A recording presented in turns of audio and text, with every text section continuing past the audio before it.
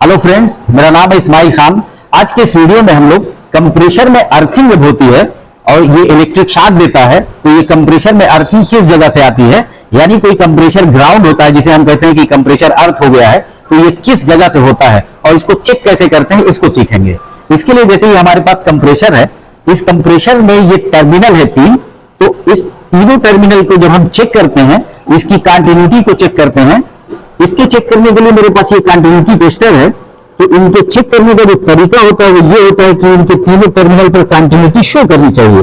लेकिन किसी भी टर्मिनल से बॉडी पर अगर ये कंटिन्यूटी शो करती है, इसका मतलब ये हुआ कि ये कंप्रेशर ग्राउंड है। जैसा कि ये इस वक्त शो कर रहा है कि हमने इसे यहां पर लगा रखा है और एक हमने इस जगह लगाया बॉडी पे इसके, तो ये हमारी कंटिन्यूटी शो कर रही है। इसका ये मतलब हुआ कि ये कंप्रेशर हमारा इस वक्त ग्राउंड शो कर रहा है, यानी इसमें अर्थिंग है। जबकि दूसरे किसी भी कंप्रेशर को जिसमें अर्थिंग नहीं होगी वो नहीं शो करेगा। तो ये अर्थिंग इस कंप्रेशर में किस जगह से आती है, इसको समझने के लिए हम इस कंप्रेशर को ओपन करते हैं। जैसा कि ये ओपन है, इसके इस ढक्कन को हमने हटा लिया और ये हमारा कंप्रेशर है। तो इस कंप्रेशर में हम ये देख रहे हैं कि ये इसका पंप है, जबकि ये इसकी मोटर है और ये एक कनेक्टर है जिसमें तीन होल दिखाई दे रहे हैं, एक कॉमन, एक स्टार्ट, एक रन का। ये जब कनेक्टर इस जगह कनेक्ट होता है इस टर्मिनल पर अंदर की साइड से, तो जो कंटिन्यूटी हमको यहां शो होती है इस जगह, वो इसी मोटर की शो होती है, क्योंकि इसके थ्रू ये यहां से इस कनेक्टर से कनेक्ट होता है और तब ये इस मोटर की कॉमन स्टार्ट रन बताता है। अब यहां पर ये अर्थिंग इसलिए शो करता है क्योंकि जो मोटर होती है वो एक इंसुलेशन पेपर जो कि इस स्टेटर पर पहले लगाया जाता है, उसके बाद ये वाइंडिंग इसमें भरी जाती है।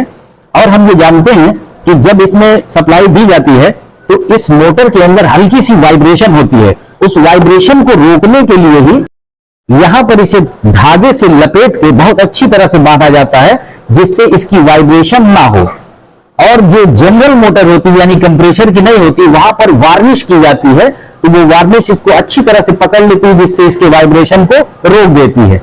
लेकिन चूंकि हमारा ये कंप्रेशर आयल में होता है, यानी ये मोटर आयल में होती है, तो आयल से वार्निश का कोई रिएक्शन हो तो वहां पर कुछ दिक्कत आएगी और आयल गंदा हो जाएगा, जिससे वो सिस्टम में जाके प्रॉब्लम करेगा। वो प्रॉब्लम ना हो इसके लिए यहां की मोटर को हम धागे से लपेट के रखते हैं।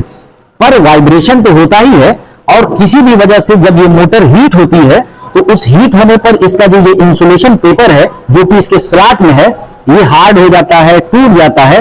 और इस टूटने के बाद जब वाइब्रेशन होता है तो उस वाइब्रेशन से ये जो कॉइल है, चूंकि ये कॉपर का होता है और ये लोहा है स्टेटर, तो इसकी वजह से जब ये पेपर यहां से हट जाता है तो वाइंडिंग इससे कनेक्ट हो जाती है और इस कनेक्शन की वजह से इस मोटर में बहने वाली जो इलेक्ट्रिक है वो इस स्टेटर में आती है और स्टेटर से ये पूरी बॉडी में आती है। और इस तरह से हमको ये कंटिन्यूटी यहां से और इस बॉडी पर शो करती है, जैसा कि हमारा ये कंप्रेशर इस वक्त शो कर रहा है। यानी हम इसे यहां लगाते हैं, एक टर्मिनल हमने यहां लगाया और यहां, तो ये शो कर रहा है। इसका मतलब इस कंप्रेशर के अंदर जो वाइंडिंग है वो इसी तरह से बॉडी से अटैच हो गई है। तो ये हमारा कंप्रेशर खराब हो गया और इसकी कोई रिपेयरिंग नहीं होती। यानी जब भी हमें रिपेयर करना होगा तो हमें कंप्रेशर को इस तरह से ओपन करना होगा और फिर स्टेटर का ये जो पेपर है, अगर हम वहां पर कोई दूसरा पेपर लगा सकते हैं जो कि इस तरह से लग जाए, जो ड्यूरेबल हो यानी हटे ना, तब तो हम इसे दोबारा बांध सकते हैं। लेकिन जनरली ये हो नहीं पाता, इसलिए जब भी किसी मोटर में इस तरह की अर्थिंग या ग्राउंड शो करे, इसका मतलब उसको हम बाहर से बिल्कुल नहीं रिपेयर कर सकते और अंदर से रिपेयर करने के लिए परमानेंट उसका इलाज होगा। इसका यह मतलब हुआ कि जब भी किसी कंप्रेशर में इस तरह की अर्थिंग हो तो उस कंप्रेशर को हम चेंज कर देंगे, यानी बदल देंगे। इसका मतलब यह है कि हम इस कंप्रेशर की बाहर से कोई रिपेयरिंग नहीं कर सकते। उम्मीद है ये छोटा सा वीडियो आपको पसंद आया होगा। चैनल अभी तक सब्सक्राइब ना किया तो जरूर कर लें और ऑल नोटिफिकेशन बेल को भी प्रेस कर लें, जिससे मेरी आने वाली सभी नॉलेजेबल वीडियो सबसे पहले आप तक पहुंचे। Thanks for watching.